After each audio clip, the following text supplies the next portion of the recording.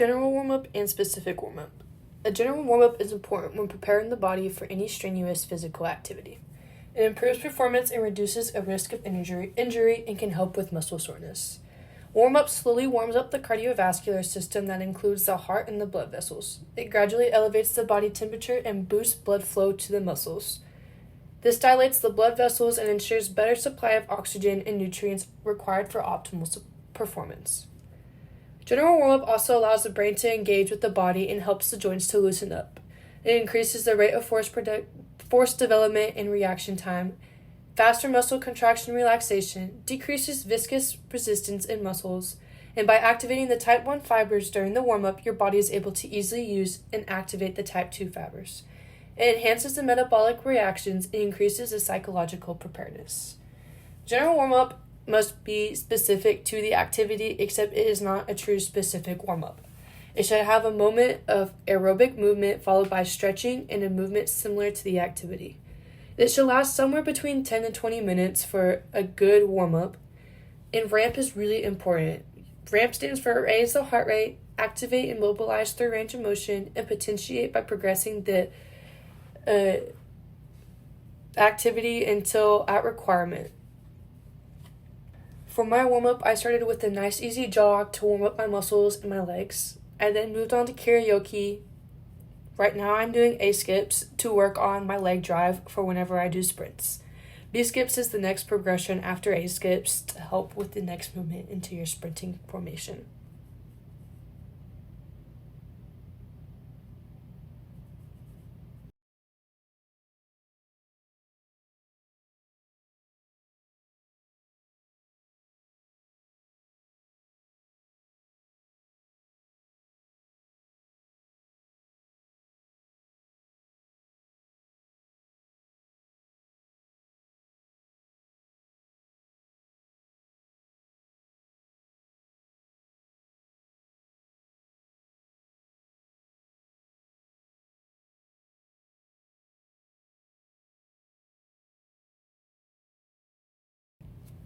I then went into high knees and butt kicks. This is really important to pump your arms, get your knees up to 90 degrees, and keep your foot dorsiflexed. Try to make ground contact as minimal as possible and move your body at a rapid, explosive rate.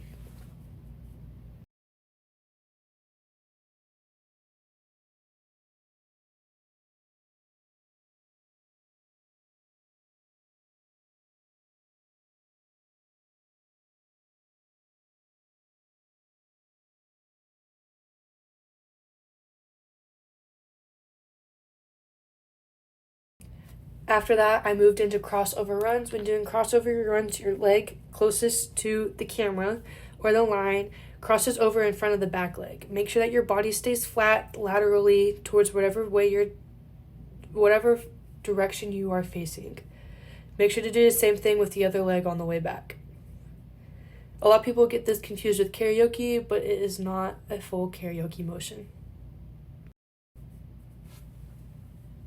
I then moved on to quad pulls. Whenever you're doing quad pulls, you do not want to stand there and hold the stretch. It's a quick movement to activate your quads and your lower legs.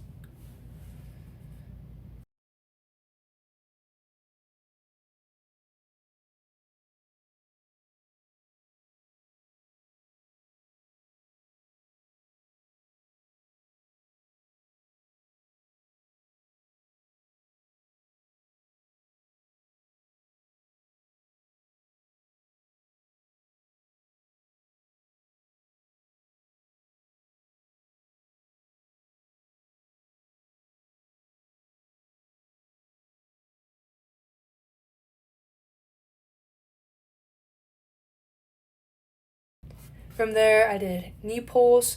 When doing knee pulls, you can pull your knee across towards your chest or your opposite shoulder to get extra stretch in your IT bands and your hips.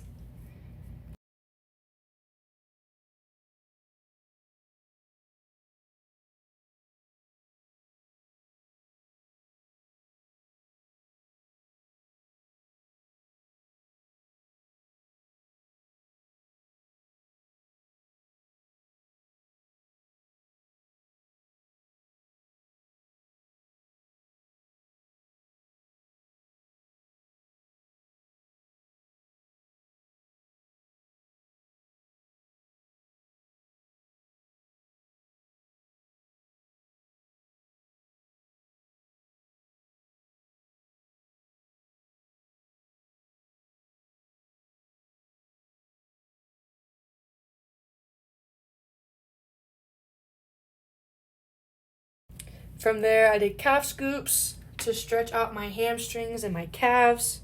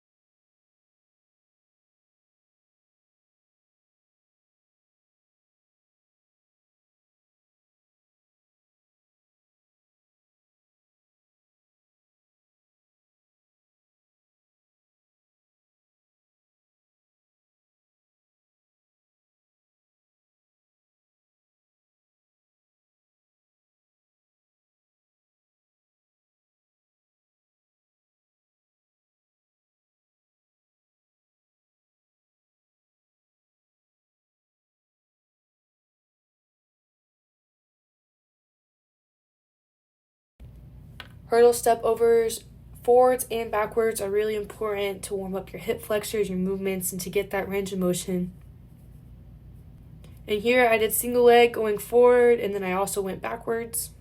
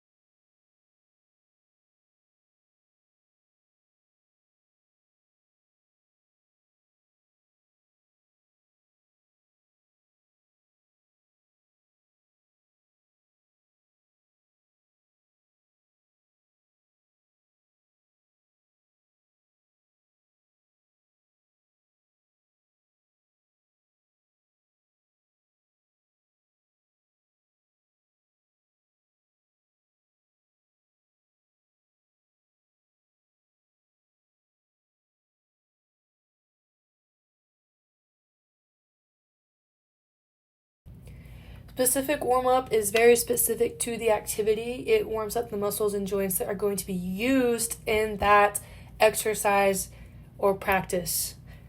It also increases the neuromuscular activation. The first specific warm up I did are double leg pogo hops and single leg pogo hops. Those are really important because later on in this exercise we will be doing a bunch of box jumps and ladder jumps, hurdles, all that stuff. So it's really important to get your legs moving and to try to decrease that ground reaction time as much as possible.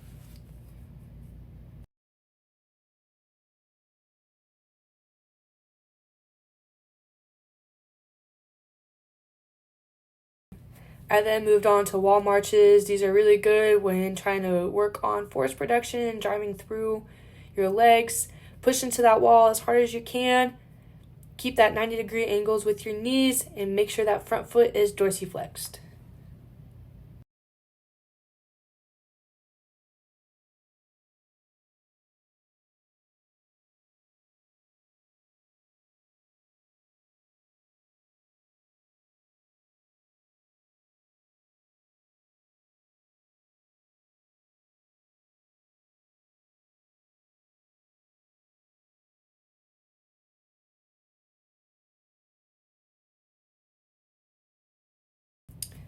After that, I did some fire hydrants to warm up my adductors and adductors. Get those nice and loose and fired up.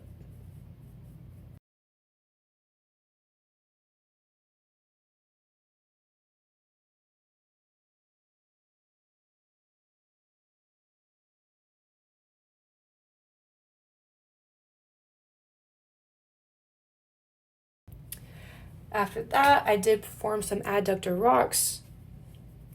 Try to push through the palms of your hands when going down. Try to go as low as possible to get a good stretch and a good movement.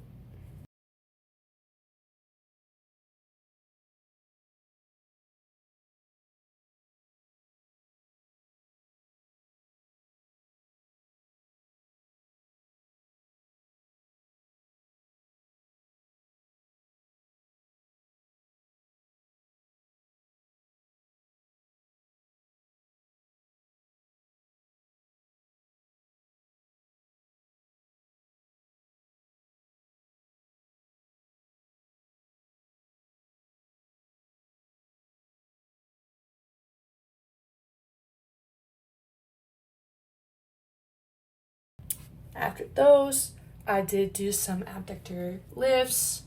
This will really burn. For me, I always get a little bit of a cramp, but you know what? It's a work in progress.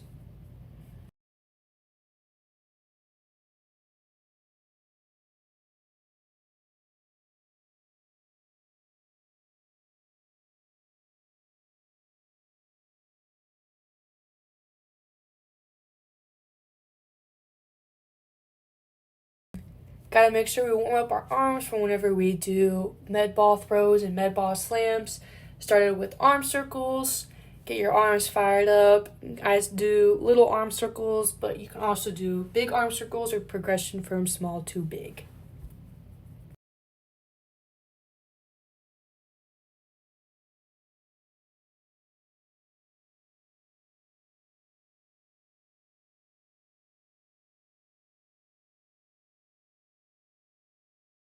From there, I did crossover arm swings.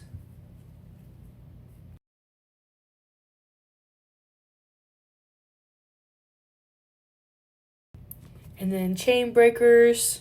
Get those arms moving and those shoulder muscles activated. Then we go into trunk twists. Trunk twists are really important to get your body moving, your spine, all of that.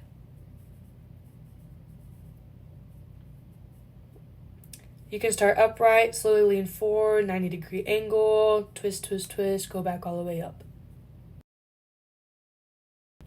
I believe it's also really important to make sure you warm up your neck, so one of the last things for the specific is neck circles. Make sure you go nice and slow, get a good stretch. You do not need to do these really fast. Make sure to go both directions.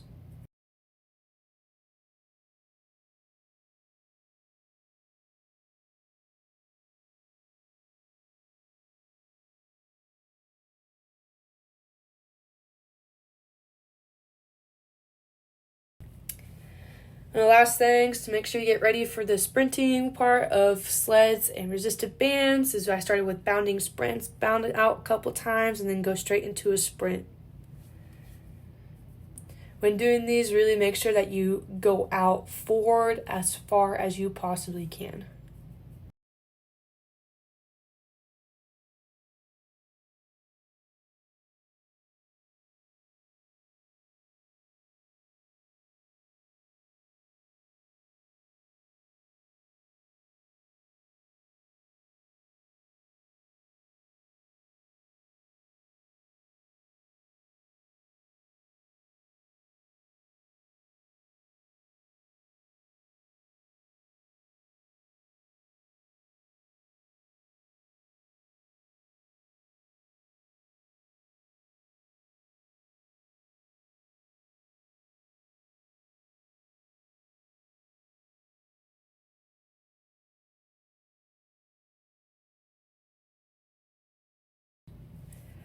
After that, I did a couple build-up sprints, go from a 50, 80% and build up to 100.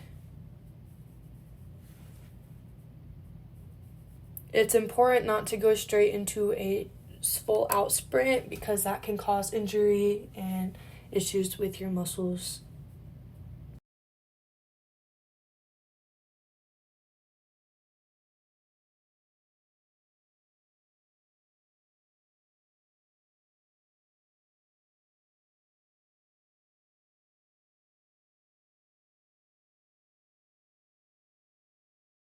The first module is resisted sprint exercises. Exercise 1 is sled towing. The first variation is weighted sprints. Sled towing targets the lower body, including the quads, hamstrings, calves, glutes, hip flexors, shoulders, abdominal muscles, and lower back. There's also a lot of concentric muscle actions during this movement.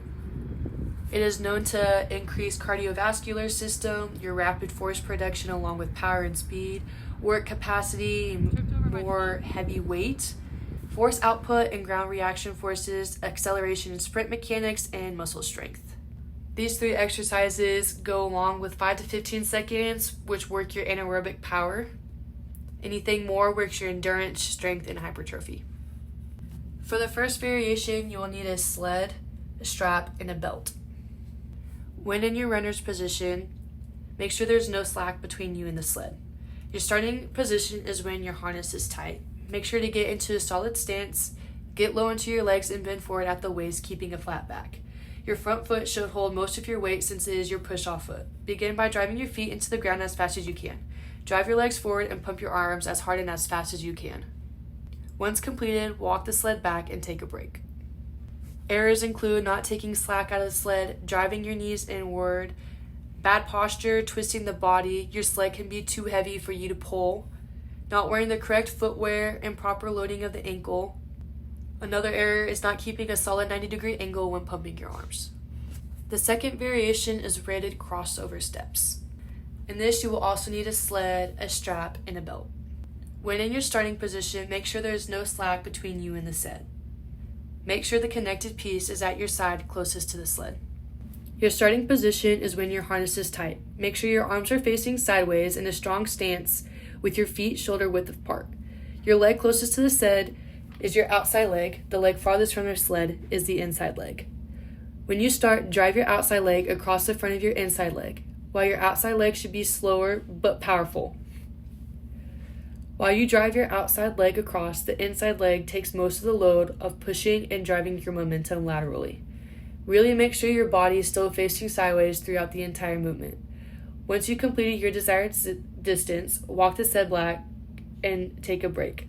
Repeat on both sides of your body. Errors of this can include not taking slack out of the sled, standing straight up, turning your body so it faces forward, sled is too light and so the athlete is moving too fast, or it's too heavy and so the athlete is moving too slow and there's no benefit. There's a loss of balance and stability, or there's improper footwear. This exercise is longer, between 30 to 60 seconds of work, and so it works more strength and hypertrophy, while including some power. It targets your lower body, including your quadriceps, hamstrings, calves, your glutes, hip flexors, shoulders, abdominal muscles, and lower back. The third variation is side kneeling sprints. In this, you will need a sled, strap, and a belt. When in your starting position, make sure there is no slack between you and the sled. You also want to make sure the connected piece is on your belt is on your back. Already in the beginning, you can see an error whenever I'm running because the belt would not stay in the middle of my back and was off to the side, pulling me sideways. So your stability really has to be stronger in a way to hold you stable throughout the run. Start on the line with your outside leg up and your inside leg on the ground in a lunge position. Your outside leg is closest to the sled and your inside leg is the furthest away. When the slack is taken out, you know you are ready to go. With the outside leg, drive it into the ground and get up and tune your body to run forward. Drive your feet into the ground as fast as possible and drive your legs forward and pump your arms as hard and as fast as you can. Once you completed your desired distance, walk the sled back and take a break. Errors of this exercise including the belt stays on your side and not the middle of your back, a lack of stability, you did not take out slack, improper footwear, sled being too heavy or too light, not driving off the back leg to get forward momentum, improper form and posture, or not driving your knees forward and letting them turn inward. This also targets your quads, hamstrings, calves, glutes, hip flexors, shoulders, abdominal muscles, and lower back. You're good.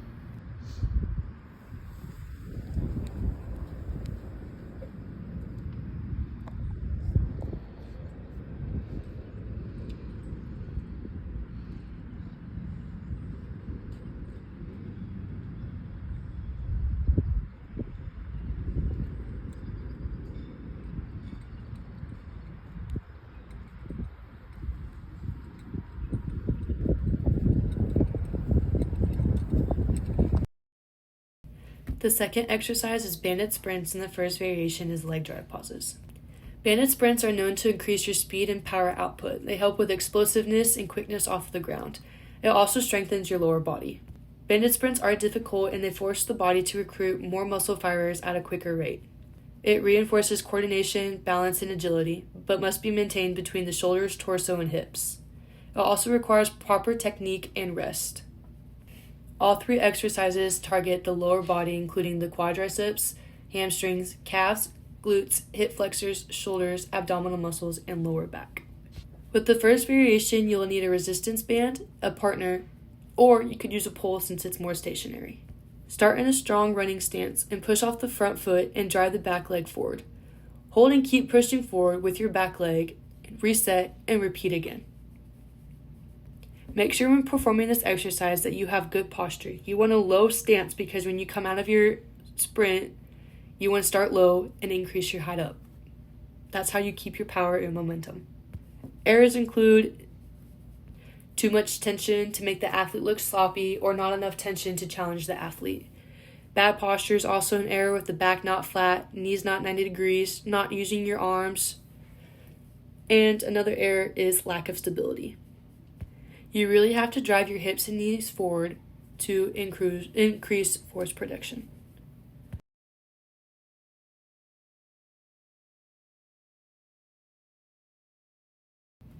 This side view is to show the leg drive coming out of this position for the leg drive pauses. If you watch the front leg that drives forward, you can tell that the front foot is dorsiflexed and the knee is 90 degrees or higher. You can also tell that there's so much momentum forward that the back foot is pushing off.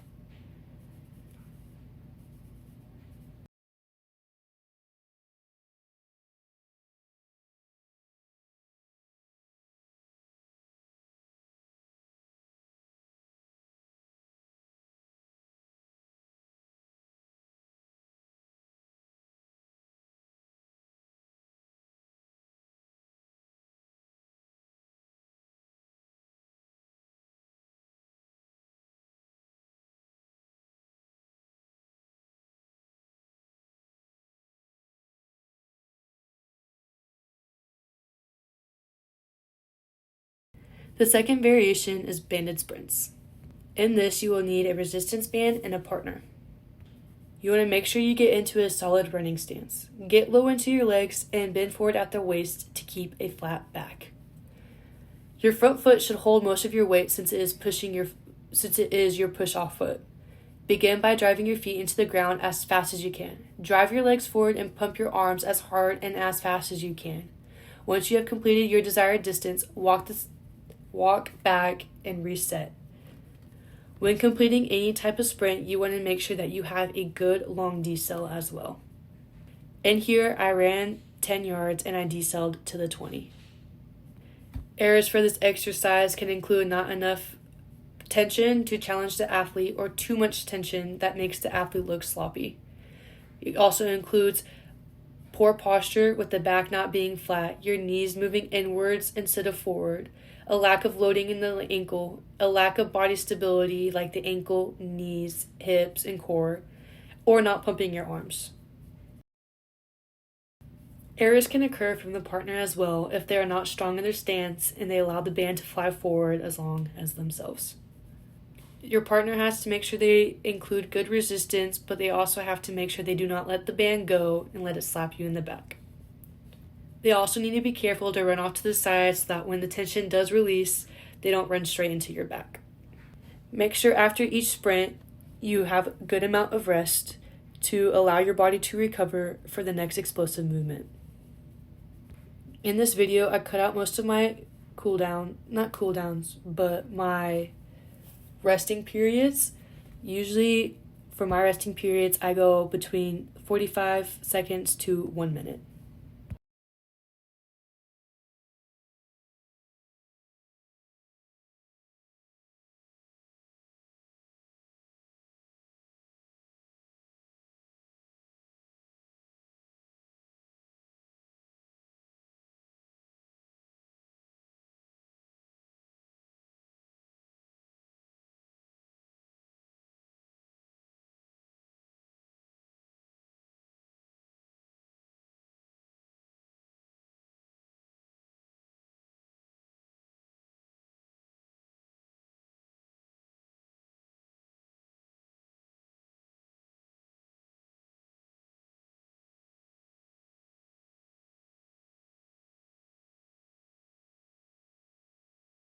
I also included a side view of the sprints. You can tell that I'm low with good posture and ready to drive off that front leg.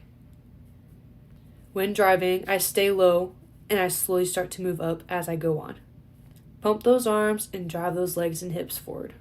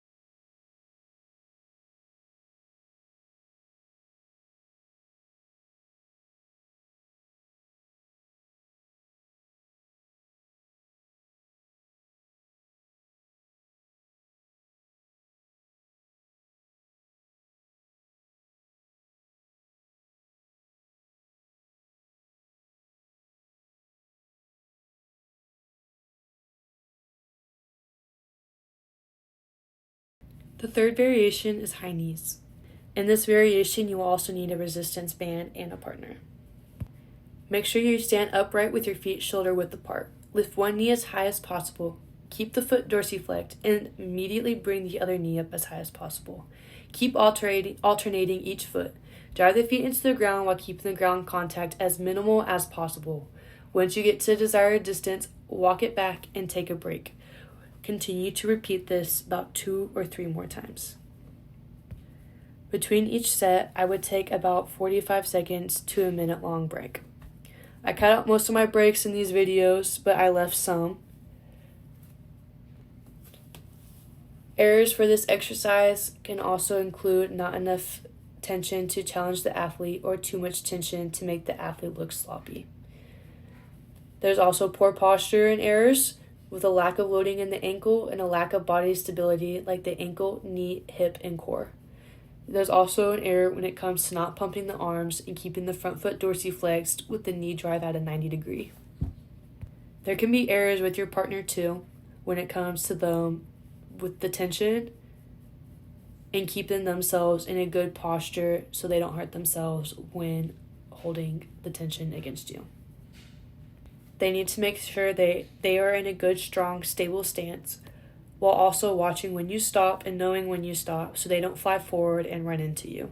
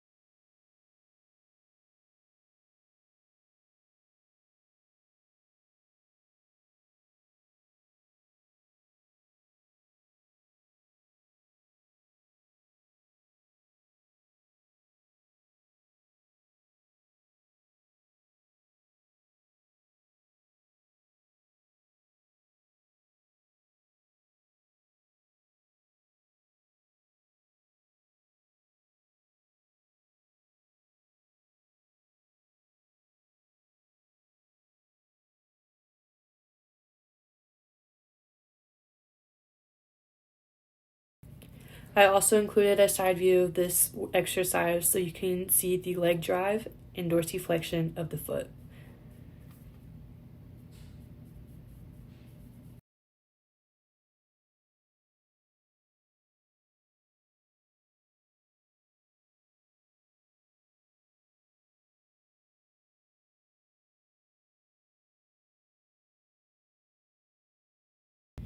The second modality is agility lateral lower body with foot quickness drills.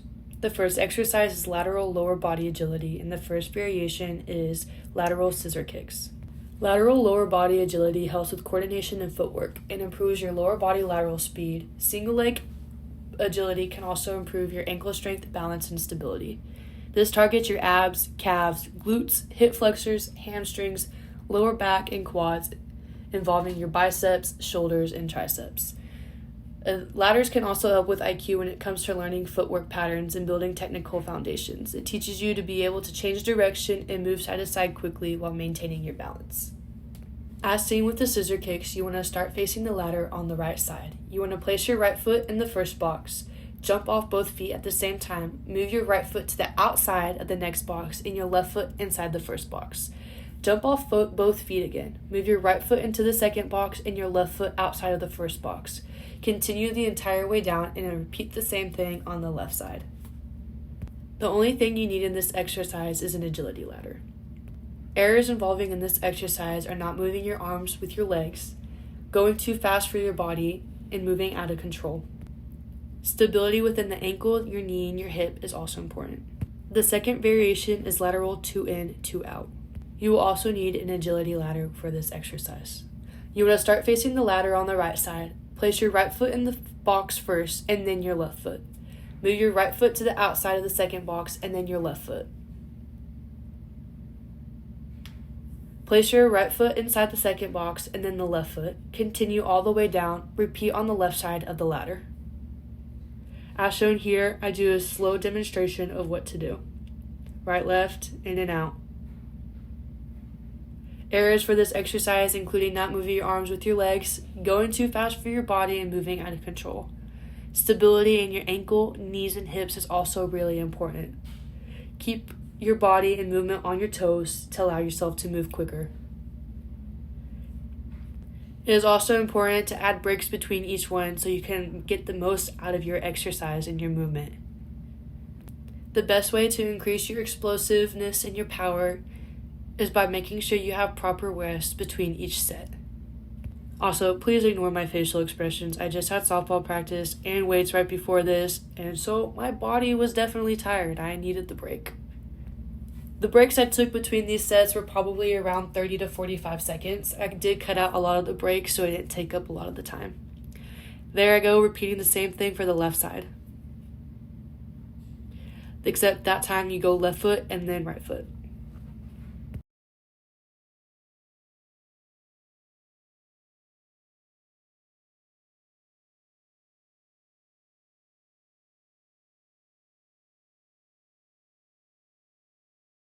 The third variation is lateral high knees. In this, you will also need an agility ladder. Instead of starting on the side, you will be in the front of the ladder facing sideways.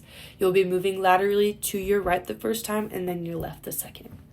Rapidly lift your knees high. Step your right foot and then your left foot into the first square, and then immediately put your right foot and then your left foot into the second square. You want to lean slightly into the ladder to keep your balance and continue your momentum moving laterally. Continue all the way down and repeat facing the other side with the left foot first. Make sure to get adequate rest between each set too to continue to get the proper explosiveness and power. You want to make sure you're also on your toes to keep that ground contact to a minimal. Errors of this exercise including not moving your arms with your legs, going too fast for your body to be moving out of control, and not leaning sideways into the exercise to where you are losing balance.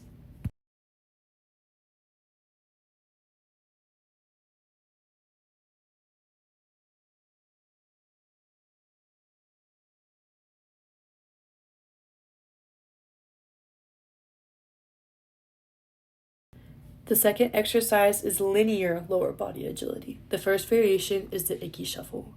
Linear lower body agility helps with coordination and footwork. It also improves your lower body linear speed. Your single leg movements can improve your ankle strength, balance, and stability. Linear lower body agility targets your abs and calves along with your glutes, hip flexors, hamstrings, lower back, quads, and involves your biceps, shoulders, and triceps. Linear lower body agility helps with IQ when it comes to learning footwork patterns and building technical foundations. It teaches you to be able to change direction and move side to side quickly while maintaining your balance. In this exercise, you will need an agility ladder. Start at one end of the ladder on the left side facing forward. Step in the first box with your right foot. Step in the first box with your left foot as well. As the left foot lands, step outside of the first box with your right foot. Step your left foot in the second box, then your right foot, and then outside the second box with your left foot, as shown in this slow progression. Continue all the way down, and then repeat after a short break. Do this around 2 to 3 times. Errors of this are not moving your arms with your legs, going too fast for your body to be moving out of control, and a lack of stability within your legs, including your ankles, your knees, and your hips. Also your core. Proper rest is important for sport performance.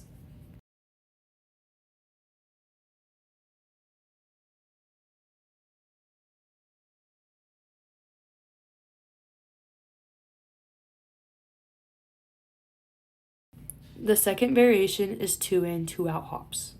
You will need an agility ladder for this exercise. You want to start at the end of the ladder facing forward. With both feet, jump in the first box and out of the second box. As shown in the slow progression, you jump and straddle your feet to the outside of the first box after jumping in the first. With both feet, jump into the second box and then out of the second box and repeat all the way down. There is nothing wrong with going slow in the beginning with all these agility footworks. As you improve, over time, you will get quicker and quicker. There's a great difference between a beginner, novice, and an advanced athlete. Errors of this include not moving your arms with your legs and going too fast to make your body move out of control.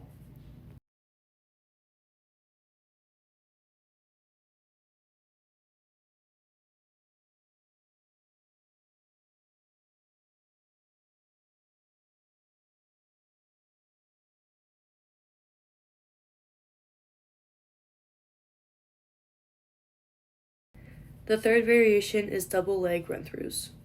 In this, you will also need an agility ladder. Start at the ends of the ladder facing forward. Put your right foot in the first box and then your left foot. Put your right foot in the second box and then your left foot, and continue all the way down. Basically, you're just doing 2 feet in each box run-throughs to work on your quick feet. Repeat this about 2 or 3 times and make sure that you have adequate rest between each one, ranging from, I would say, between 30 to 45 seconds. Errors for this exercise including not moving your arms with your legs, going too fast for your body, and then being out of control. Also, stability between your ankles, knees, and your hips is very important.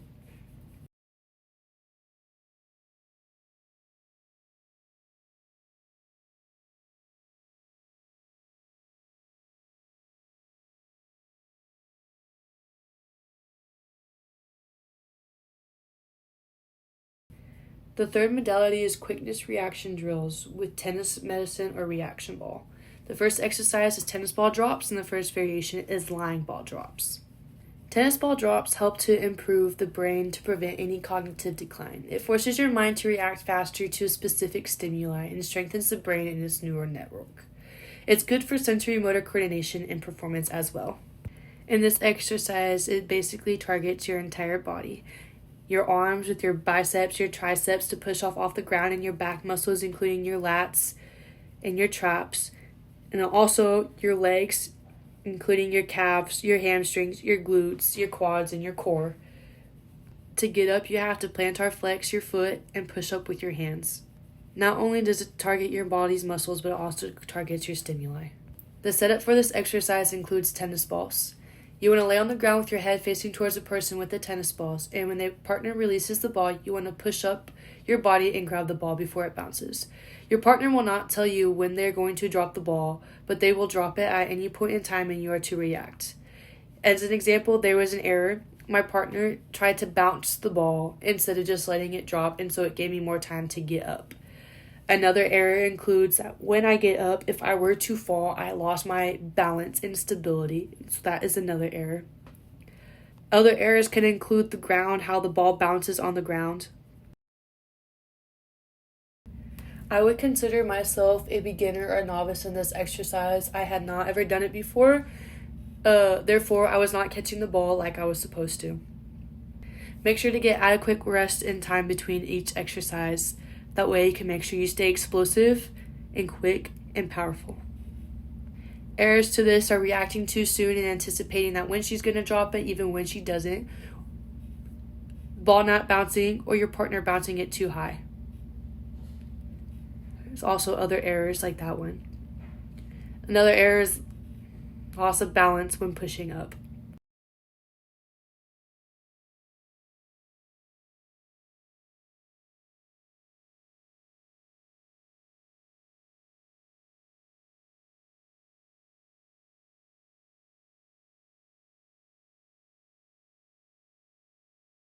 And again, make sure to get adequate rest between each set.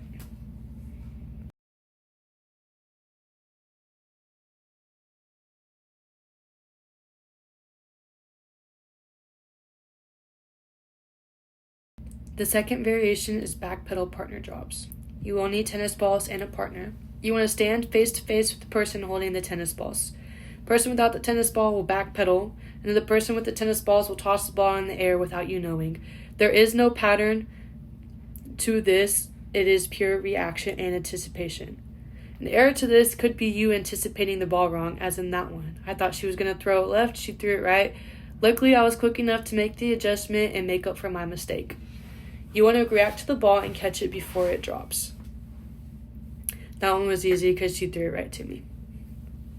Errors with this can also include bad tosses or improper footwear when standing on the certain area you are. For me, I was not wearing the best footwear for this occasion. I was on wet turf from the rain, and I kept slipping, and I did cut those out, but those are also errors that I would have included.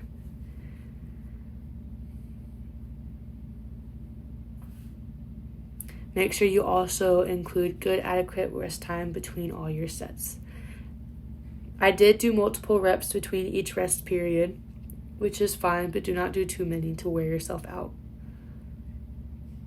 This is something that we do a lot with softball when it comes to drop stepping for a ball when it's hit in the outfield or in the infield. Reaction is very important in the game of softball and including all sports.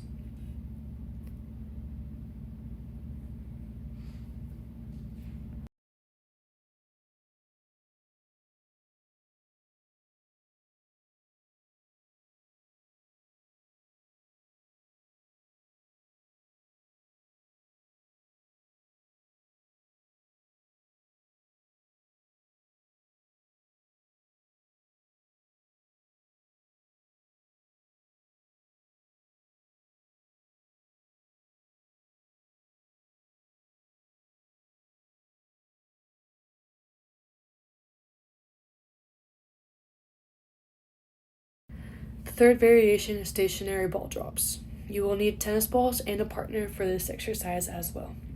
You want to stand in front of your partner with the tennis balls. The partner needs to hold one tennis ball in each hand. Put each other's hands in front of each other's shoulders height. The person with the tennis ball is supposed to drop the tennis ball in their left or right hand without the other person knowing. There is no pattern to this exercise. The person without the tennis balls is supposed to react to whatever ball is dropped. I am considered a beginner in this exercise. I do not remember the last time I have done it. As you can tell, I was not succeeding at first, but as I kept doing this, because it is very important and reaction is really important for my sport, I started getting a hang of it. Another thing that I was doing wrong that is included as an error was I was anticipating wrong. My partner noticed that each time she dropped the ball, I was staring at one hand, so she would drop the ball on the other hand, which was very smart of her. That anticipating wrong is definitely an error in this exercise. It definitely got a little competitive throughout the exercise and time I was doing it. You do not really need any adequate rest time throughout this. It's more of just kind of the number of reps you choose to do. I recommend doing a bunch, especially you can do it if you're just not doing anything, don't know what to do with yourself, watching TV. It's something easy to do with somebody else.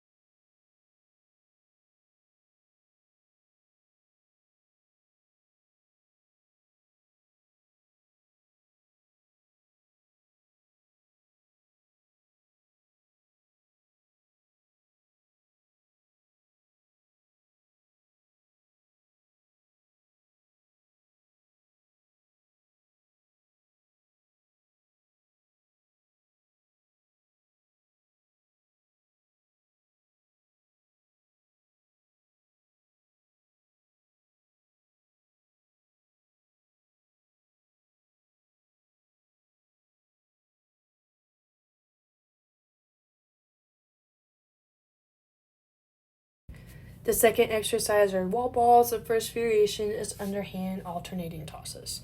Wall ball helps the brain to prevent any cognitive decline. It forces your mind to react faster to specific stimuli and strengthens the brain and its neural network. It's good for sensory motor coordination and performance, improves footwork, hand-eye coordination, and reaction time. When underhand tossing, this targets your core, your biceps, triceps, supraspinatus, infraspinatus, your teres minor, pectoralis, and deltoid. To set up, you will need 2 tennis balls and a wall. Starting in an upright position with your feet shoulder width apart, facing the wall. For the first round, you want to start with a tennis ball in each hand. With the right hand, toss the ball against the wall, catch it with the right hand. And once you catch it, toss the ball in your left hand and catch it with the left hand. Repeat this for a certain amount of time, and as you slowly get better at it, you can move backwards and toss it harder or toss it to your side. Try to make it a little bit more challenging. As here, I started trying across my body instead of just straight on. Work a little bit of backhand motion.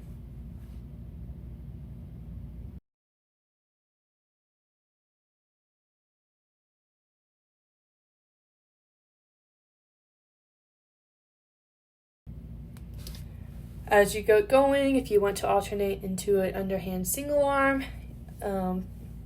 you can start by placing the ball in one hand, toss it with your left hand, catch it with your right hand, do the same thing, toss it with your right hand, catch it with your left hand.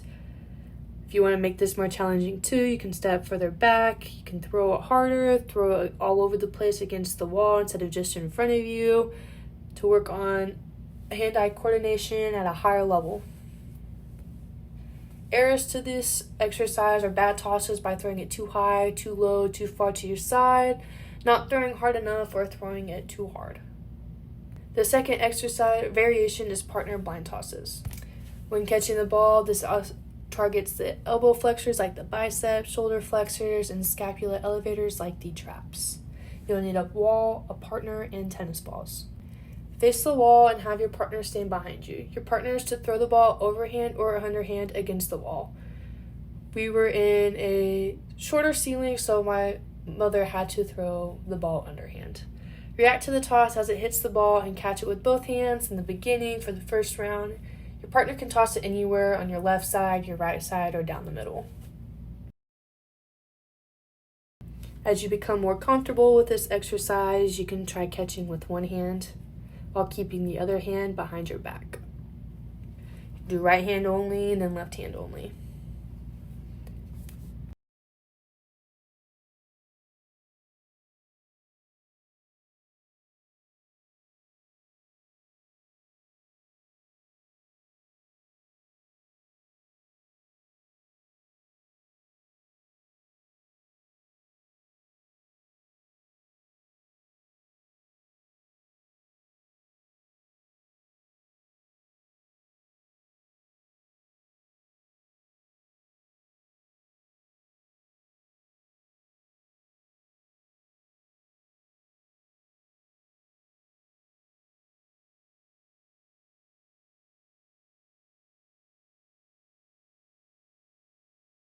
From there, if you want to, you can try alternating hands. One toss, do left hand, the next toss, do right hand. You can test yourself based off of where she throws it and your reaction.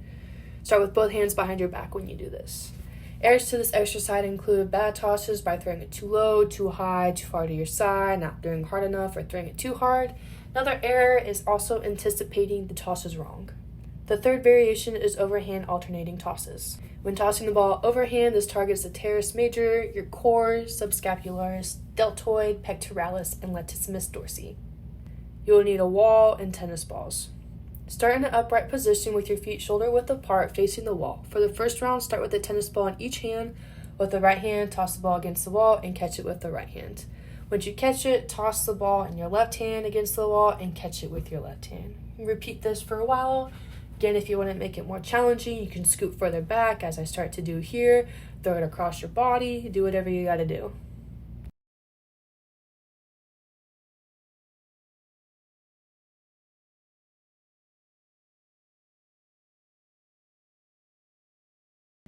Another way to do the overhand tosses is you would need one tennis ball. Toss the ball with your right hand against the wall and catch it with your left hand. And then toss the ball with your left hand and catch it with your right hand.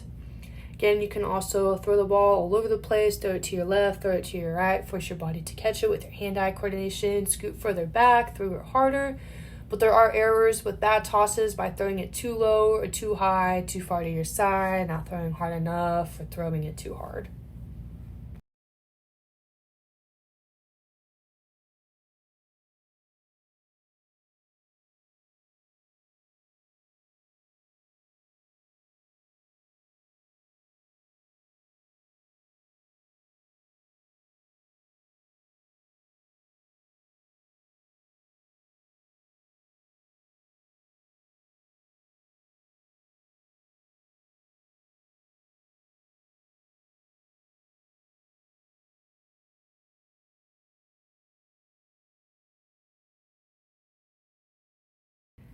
The fourth modality is lower body plyometrics with or without equipment. The first exercise is depth jump, and the first variation is double leg lateral. Depth jump allows you to absorb the force and apply any results stored elastic energy into the following explosive concentric movement. Muscles being worked include the quadriceps, hamstrings, glutes, and calves. In this specific lateral movement, it targets a lot of the inner and outer thighs along with your glutes and calves. It increases your vertical jump and works to decrease contact time with the ground. Joint motion also includes ankle extension, knee extension, and hip extension. In this first exercise, or first variation, you will use a plyometric box between 6 to 42 inches. For any beginners, I would start at a lower height and then continue to work your way up. Start on one edge of the box, step off at a 30-45 degree angle to create lateral momentum, hit the ground softly and explode straight up. Stick the double leg landing. Make sure to use both arms to help create force and momentum when exploding up. A big error to this exercise is stability within the ankle, hip, and knee.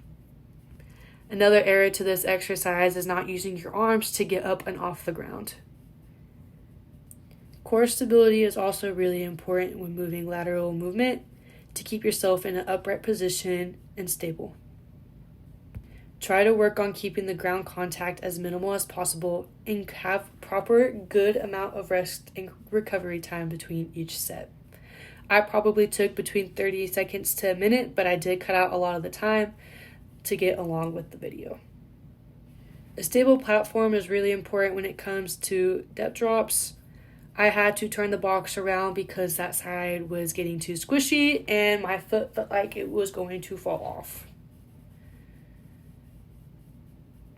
Another error when it comes to depth drops is whenever you explode straight up, a lot of people tend to explode forward, as I just did in that jump. It is very important to make sure you explode straight up and not out forward.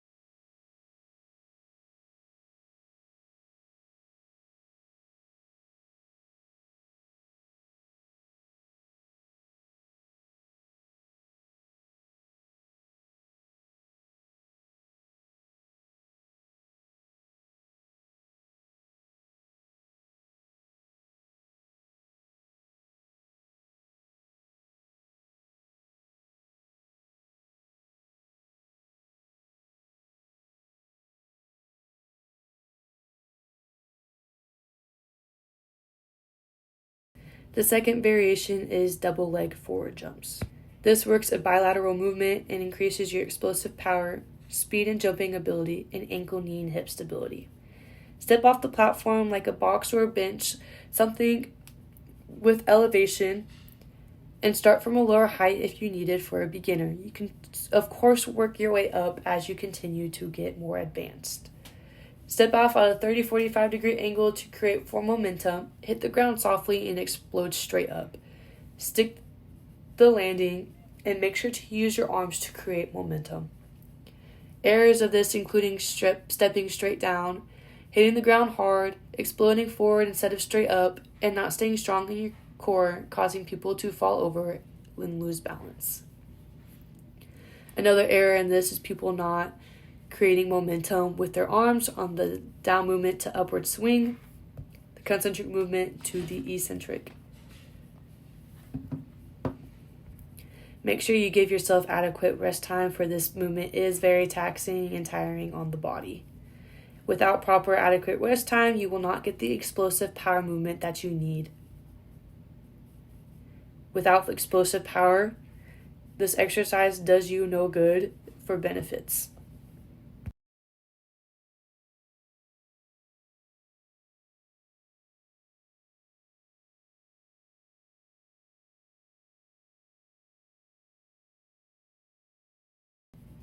The third variation is single leg forward jumps. This works on a unilateral movement and increases your eccentric strength, reactiveness, ability to explode on a single leg, and ankle stability. I do not do these very often, so I did start on a lower box. Step off the platform like a box or a bench, something elevated, and you want to start from lower height if needed, as shown here. Step off at a 30-45 degree angle to create forward momentum. Hit the ground softly and explode straight up. Stick to single landing. A lot of people tend to not get as high up off the ground on a single leg as a double leg, and that is okay. Make sure to get proper adequate rest time between each explosive rep, for this is very taxing on the body. Errors of this exercise including stepping straight down instead of out, hitting the ground hard instead of soft, exploding forward instead of straight up, and not staying strong in the core, causing people to fall over and lose stability. Throughout this video, as I did get rest time, I did move to the higher box for I felt I was ready, which is totally okay for anyone.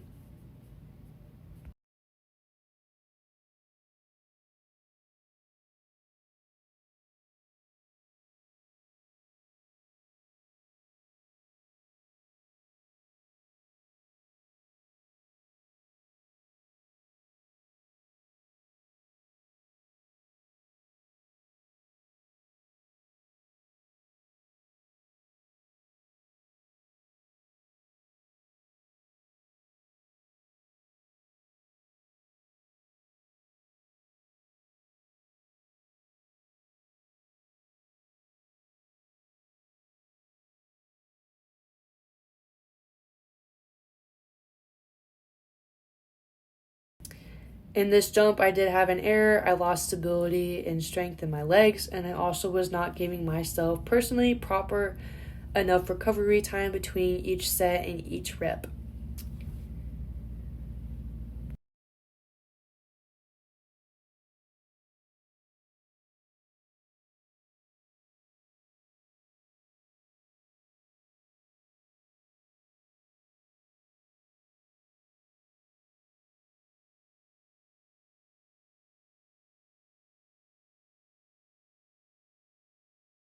The second exercise is box jumps, and the first variation is a single leg. Box jumps improve power development and allow you to activate and contract your muscles faster with higher force. Having improved power means lifting heavier amounts of weight and higher force. It also requires most of your body to move in unison, which activates a lot of muscles all at once. This also means, though, that you're using a lot of energy to do multiple reps, so adequate rest time is important. Not only that, but it also improves your bone strength and running ability. It helps with vertical jumping power, explosive strength, endurance, and it boosts your athletic performance. For single leg box jumps, you want a plyometric box somewhere between 6 to 42 inches. I used a lower box for me being a beginner, and also I do not get as high up off the ground as other people do. For a movement, get into a comfortable position facing the plyometric box. Make sure you're upright on a single leg. Keep the non-jumping leg in a stationary position with the knee flexed during the entire exercise. Make sure to use both arms during the counter movement when you explode up. Jump up onto the box using one leg and land on the same foot you just jumped up with, and make sure you have a strong, tight core. Step down from the box and repeat. Do the same thing with your other leg. A big area to this exercise includes instability within your ankle, knee, and hip. Also, if you do not use your arms, you will not go anywhere that you are wanting to. Another error is adequate rest time. Without adequate rest time, you will not be as explosive and powerful as you should be, which without explosiveness, and power, there is no benefit to the exercise. This exercise targets your quadriceps, your gastrocnemius soleus, hamstrings, gluteus maximus, abductors, adductors, and your core.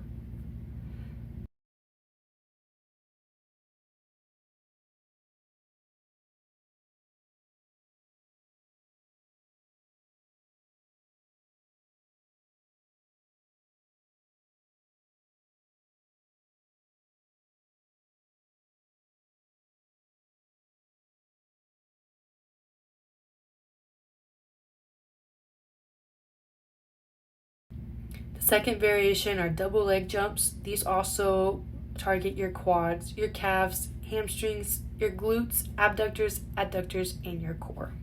To set up, you want to get a plyometric box somewhere between 6 to 42 inches. You want to start at a lower height for beginners. I am not a beginner, so I went to a higher height.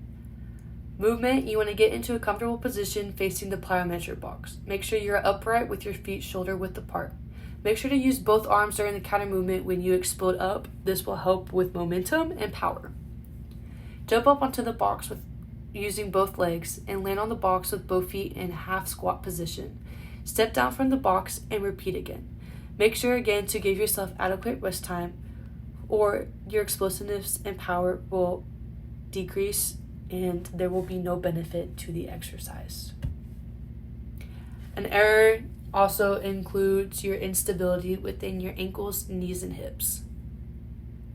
And here I got around between maybe 30 seconds to 45 seconds of rest time between each set. You can go longer if you need to. This exercise, all types of box jumps are very taxing on the body.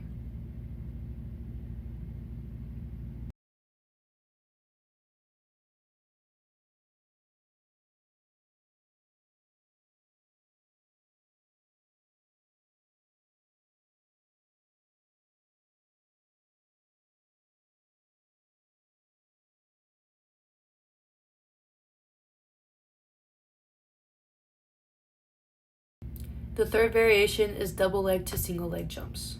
Again, in this exercise, you will also need a plyometric box somewhere between 6 to 42 inches. I chose to do the lower box since I am a beginner with this movement. You want to get into a comfortable position facing the plyometric box. Make sure you are upright and feet shoulder width apart. Make sure to use both arms during the counter movement, and when you explode up, jump up onto the box using both legs and land on your right foot with your left leg bent in a stationary position, flexed at the knee. Make sure when you land, you're in a half squat position. Step down from the box and repeat. You want to also make sure you do the same thing for your left leg.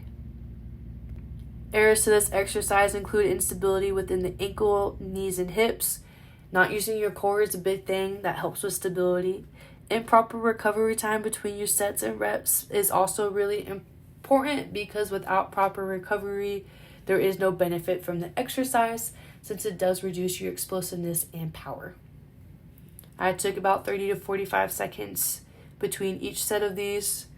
Anything longer, I try to cut out.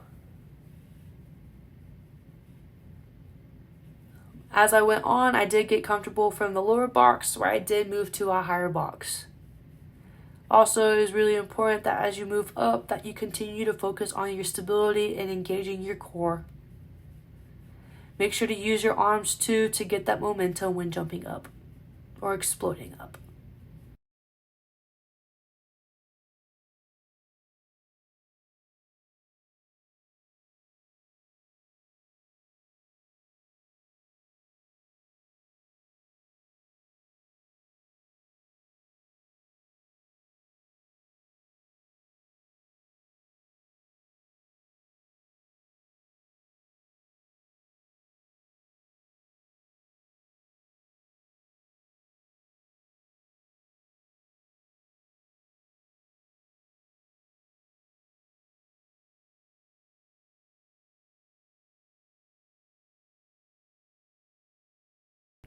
The fifth modality is upper body plyometrics with or without equipment. The first exercise is med ball throws, and the first variation is sideways wall throws. Med ball throws work deeper muscle groups that are important for balance and posture. They improve overall athletic performance, trains intermuscular coordination, and increases the cardiovascular fitness. It also increases the total body engagement, explosive power, and speed. It works through the frontal, sagittal, and transverse planes and is great to use when going through rehab. This first variation targets the obliques, shoulders, and abs and increases your core strength and stability. When setting up, you need a medicine or plyometric ball between 2 to 8 pounds. A beginner should go lighter and more advanced can go heavier. Stand about 3 feet away from the wall. Start with your left side facing the wall. Keep your feet wider than shoulder width in an athletic stance. Hold the med ball in front of your chest and twist your torso away from the direction of the wall and quickly twist it back to the wall. As you quickly twist it back to the wall, throw the ball against the wall as hard as you can. Catch it off the wall and repeat again as quickly as possible. Repeat facing the other way with your right side facing the wall. Errors to this include fingers only touching the ball, you don't twist, there's no core engagement, no explosion in the movement, the medicine ball is too heavy, or you're pushing the ball up or down instead of straight ahead. The second variation is crunches wall throw. This targets the core, shoulders, obliques, latissimus dorsi, biceps, or trapezius, and triceps. You will need a medicine ball or plyometric ball between 2 to 8 pounds. A heavier ball is on the back for you to lean on, and the beginner should start lighter, those more advanced can go heavier. Set the heavier med ball about 3 feet away from the wall. Sit up on the med ball with your back on it and your glutes on the ground. You want to be in the sit-up position, hold the lighter med ball in your hands, and lean backwards over the heavy med ball and lift the lighter med ball over your head. Quickly sit up and throw the med ball over your head into the wall as fast and as powerful as you can. Catch the ball as it rebounds and repeat. Errors include the med ball being too heavy, the one you are laying on slides and moves as you try to sit up, only your fingers are holding the ball, or you're not being explosive for the exercise to benefit you.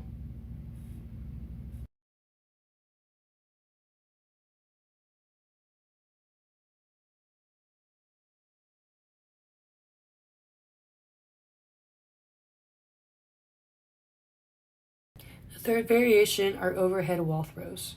You would need a medicine or plyometric ball between 2 to 8 pounds. A beginner should start lighter. Those more advanced can go heavier.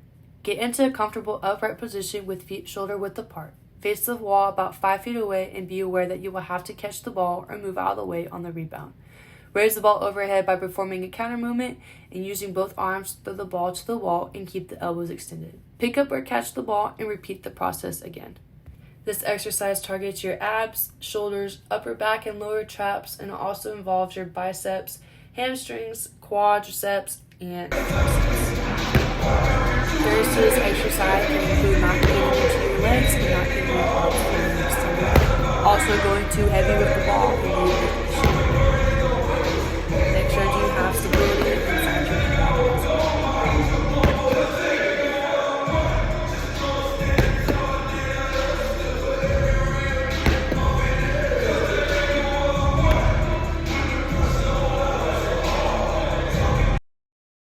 The second exercise is medicine ball slams, and the first variation is overhead slams. Medicine ball slams target the hamstrings, quadriceps, glutes, shoulders, deltoids, upper back trapezius, latissimus dorsi, abdominals, triceps, biceps, and calves.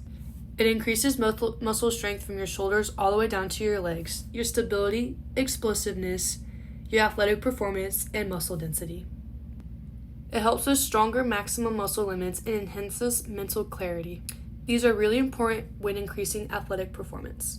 To set up, you'll need a medicine ball or plyometric ball between 2 to 8 pounds. A beginner should start lighter and more advanced can go heavier. Get into a comfortable upright position with feet shoulder width apart. Be aware that you will have to catch the ball or move out of the way on the rebound. Raise the ball overhead by performing a counter movement. Using both arms, throw the ball straight into the ground. Keep the elbows extended and make sure to use your core to help crunch forward to throw the ball straight down.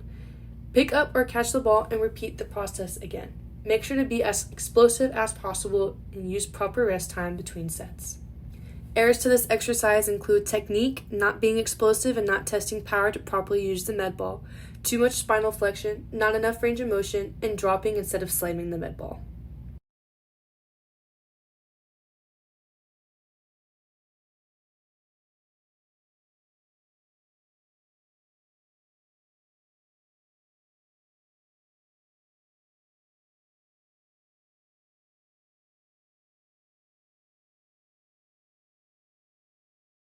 The second variation is split stance overhead slams.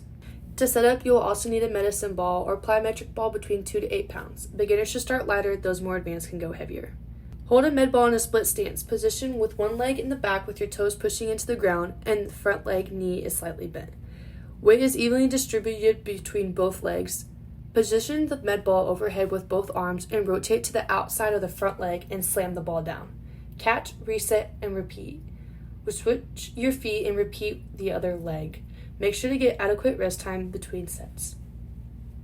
Errors of this exercise include technique, not being explosive and not testing the power to properly use the med ball, too much spinal flexion, not enough range of motion, as there it shows instability and lack of balance, dropping instead of slamming, and not rotating.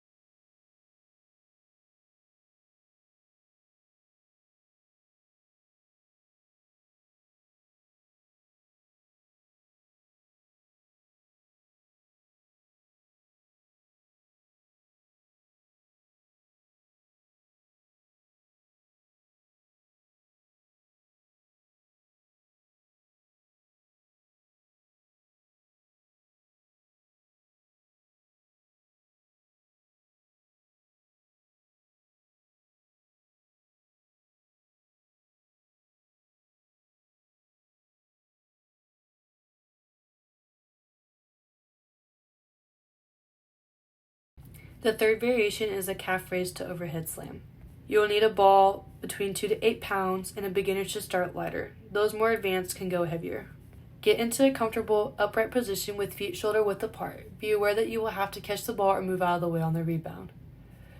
Raise the ball overhead by performing a counter movement. Where raising the ball overhead, perform a calf raise, using both arms to throw the ball straight into the ground and come down off your toes into a strong power stance. Keep the elbows extended and make sure to use your core to help crunch forward to throw the ball straight down. Pick up or catch the ball and repeat the process again. This exercise targets your legs, your glutes, core, shoulders, arms, several back muscles including your lats and traps, and your calf muscles. The sixth modality is hurdle speed drills. The first exercise is linear speed drills and the first variation is single leg jumps. Linear speed drills increase a runner's strength, flexibility, balance, and coordination. It forces the athlete to raise their feet and concentrate more on their footwork. It also works on explosiveness and decreases the ground force contact. This helps with the front side mechanics and a rhythm pattern, and it increases your linear speed. Linear hurdle speed drills work your quadriceps, hamstrings, your glutes, core, and calf muscles. When it comes to single leg jumps, this is a unilateral benefits. It improves your power, agility, flexibility, explosiveness, stability, and balance. To set up, you need to set up the hurdles in a linear position about 12 inches apart. Start in an upright position with your right leg on the ground and left leg bent by your side in a stationary position. Make sure to use your arm while making the counter movement and explode up forward. You can pump your left leg to help with momentum. Jump over the barrier with your right leg. This is mainly with hip and knee flexion to make sure you clear the barrier. Land in a starting position and immediately repeat the jump again. Try to be as quick as possible and take a break and repeat the same process with your left leg. Errors in this include lack of stability, knocking over barriers, not loading the ankle properly, and not using your arms to create or keep momentum.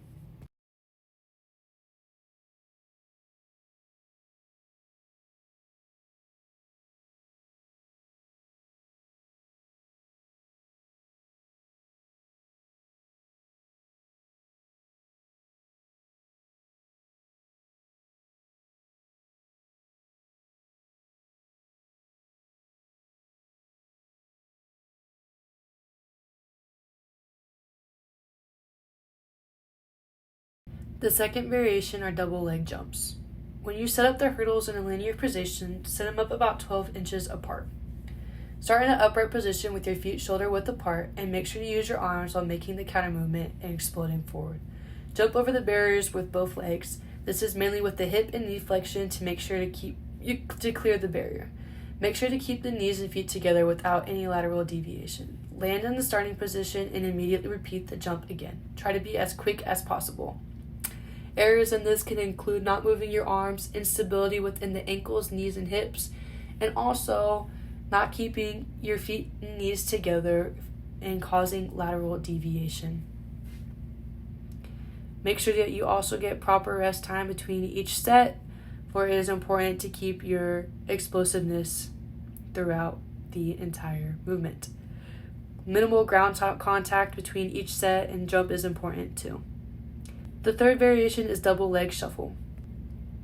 Have the same setup with the linear position and 12 inches apart. Start at one end of the barriers and keep the outside leg on the outside of the barrier and the inside leg behind the barrier. Keep the outside leg straight throughout the entire movement and quickly step over the barrier with your inside leg first and bring the outside leg by second. When stepping with your outside leg, make sure the steps are quick while maintaining a straight leg. Repeat the process all the way down while pumping both arms and walk back to the starting spot and go again on the other side of the barriers after proper rest. Errors with hurdle drills include knocking over the barriers.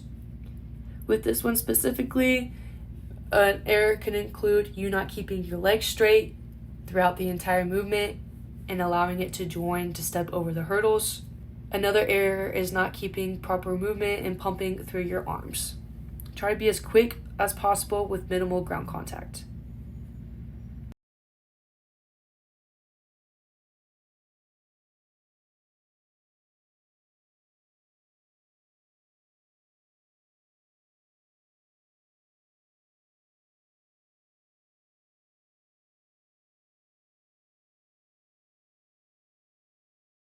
The second exercise are lateral speed drills. The first variation is a 4-hurdle drill.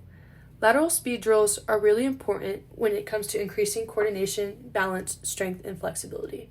In order to perform this speed drill, it's a full body workout and requires coordination and balance if you want to perform it properly. It also improves your lateral movement during sports play and targets the quadriceps, the calves, the hamstrings, and the glutes. To set this up, you will need 4 hurdles. Separate 2 hurdles by 12 inches and each pair by 18. Jump left over the first hurdle with both feet while using both arms to assist. Land on both feet and immediately repeat the next hop. Land on both legs and jump over the next 2 hurdles. When landing on both legs, jump over to your right over the first hurdle with both legs and continue to use the arms to assist. Land on both legs and immediately hop over the next hurdle. Land on both legs and both feet and jump over the next 2 hurdles. The second variation is double leg lateral barrier. Landing on both feet, start over again. You can use one hurdle or multiple. In this case, I use multiple to make sure that they're all 12 inches stability, instability, start on one side of the hurdle with feet shoulder width apart and jump over the barrier with both legs. Side or your right side when jumping to help with momentum together so there is no lateral deviation. Also, the goal is to hop over each barrier at the same time. Same time meaning your feet stick together and don't move separately. Land on the other side of the barrier and immediately repeat the jump to the starting side. Try to move as fast as possible when using your arms to keep momentum. Errors for this exercise include lateral deviation, not using your arms to pump and move with momentum, knocking over the barriers, jumping over the barriers separately with both feet, and losing balance as shown here. Losing balance and stability within the ankle, knee, and hip to lose coordination.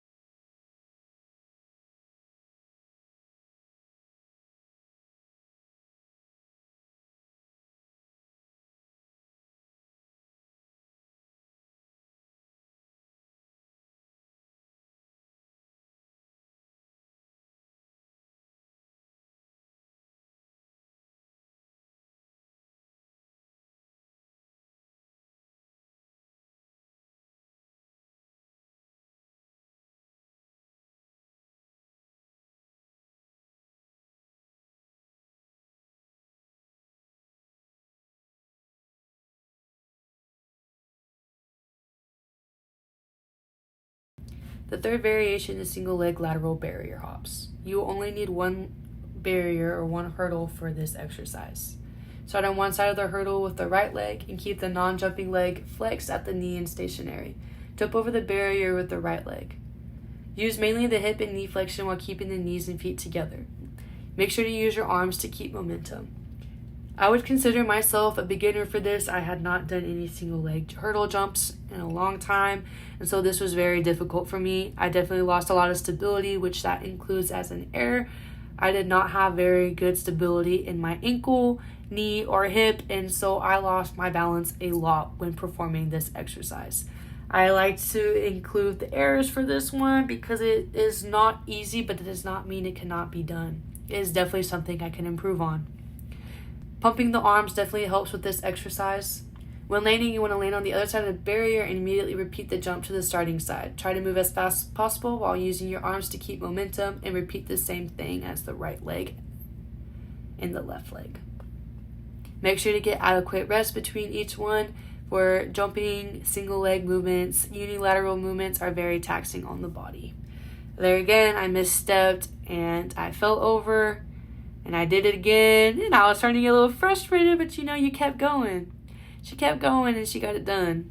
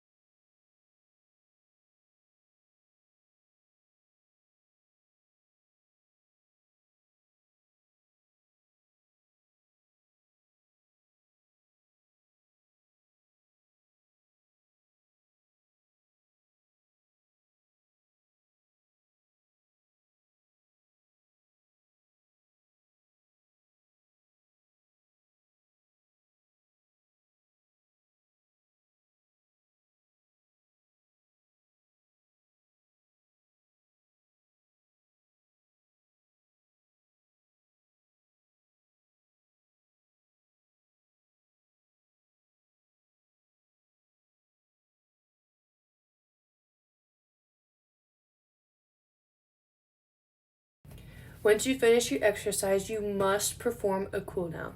The cool down does the complete opposite of a warm-up. Instead of increasing your heart rate and your blood flow, it helps gradually lower your heart rate and return your breathing back to normal levels. It also helps to avoid fainting or dizziness, removes lactic acid from your muscles, and that helps to decrease the chances of soreness. It prepares your muscles for the next time you exercise and increases your flexibility.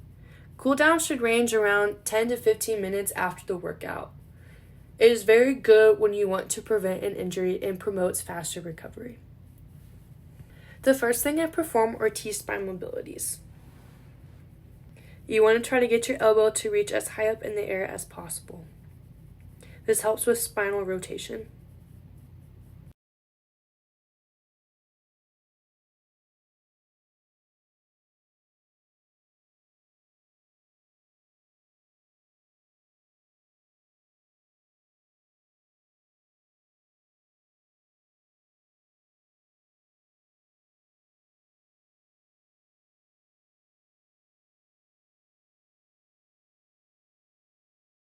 This next one is thread the needle mobility. Again, you want to try to get your arm to go up as high as possible, and when you thread down and through as shown, you want to try to reach as far across as you can.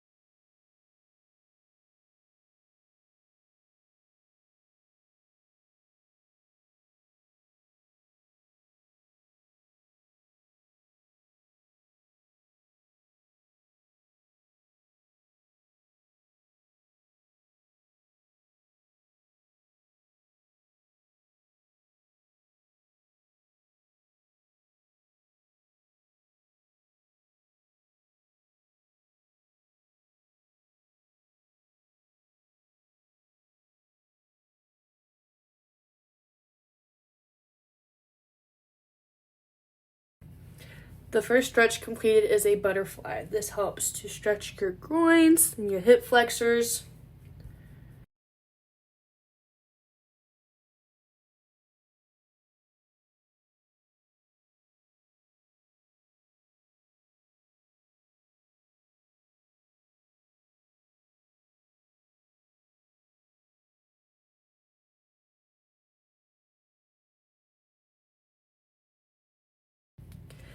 Following the butterfly is a bow-legged hamstring stretch to obviously stretch your calves and your hamstrings. I am not a very flexible person, but the goal is to try to get your hand to touch your foot.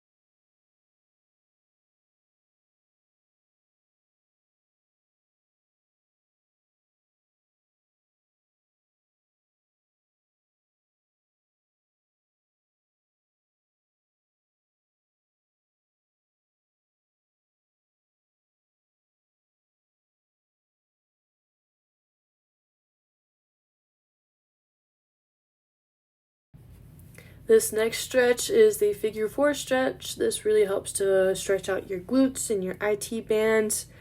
I am not very flexible, as stated before, so this one was very difficult for me, but it's one of my favorites.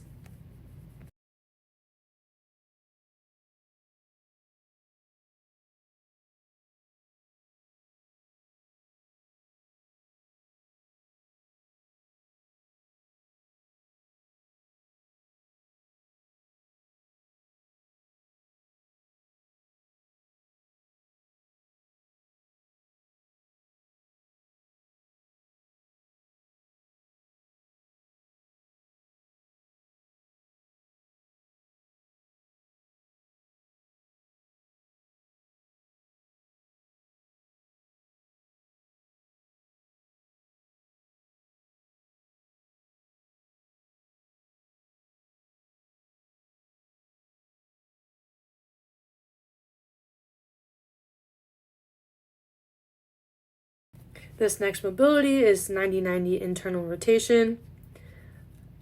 My hips are very tight, but the goal is to try to get your knee to go down onto the ground or down as far as possible.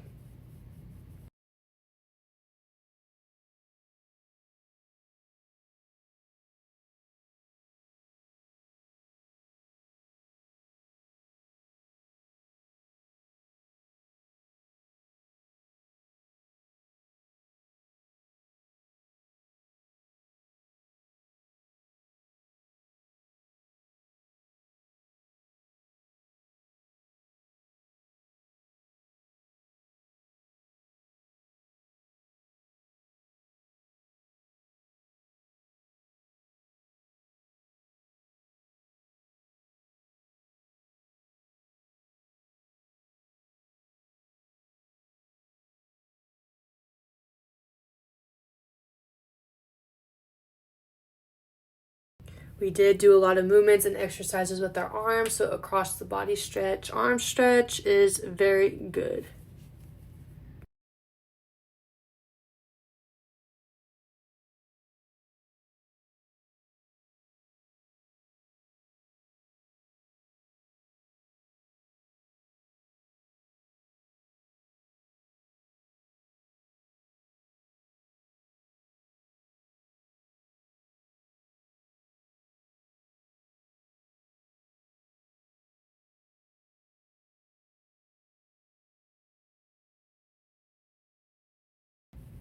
In order to stretch out those triceps, it is important to do the arm stretch behind the head, especially after all those med ball overhead throws and slams.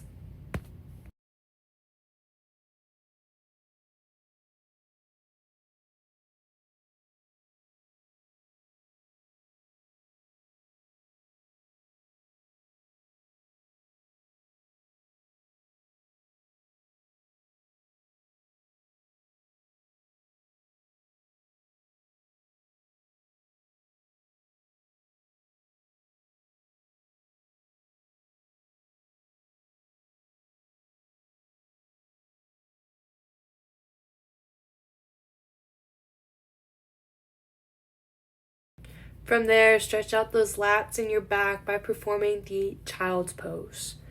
Go straight on, move to your left, and move to your right to get all those areas.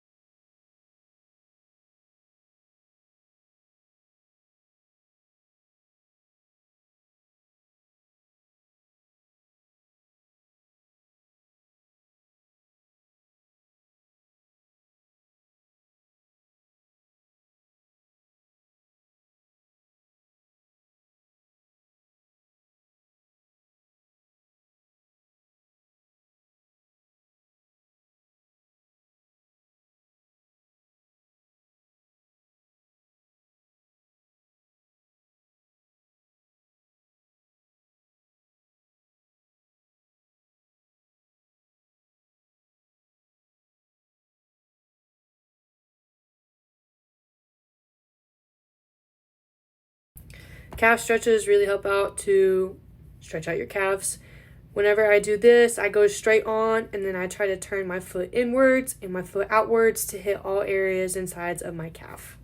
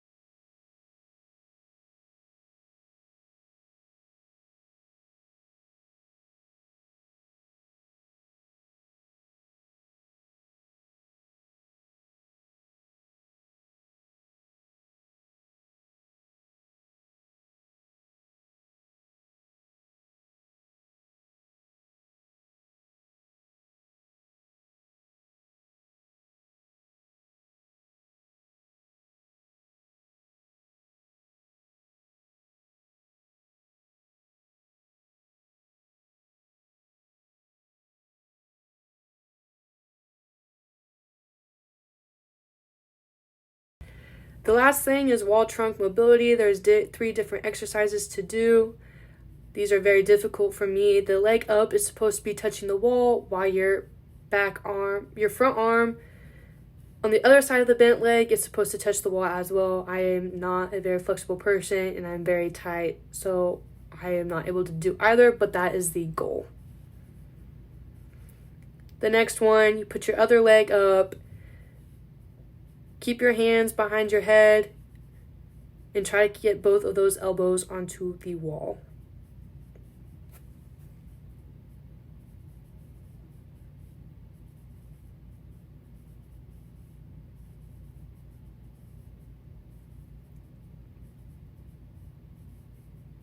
The third and final one, keep that same leg up. You do want your arm up in the air to try to touch the wall. In this case, I was not able to get there, but that is the goal.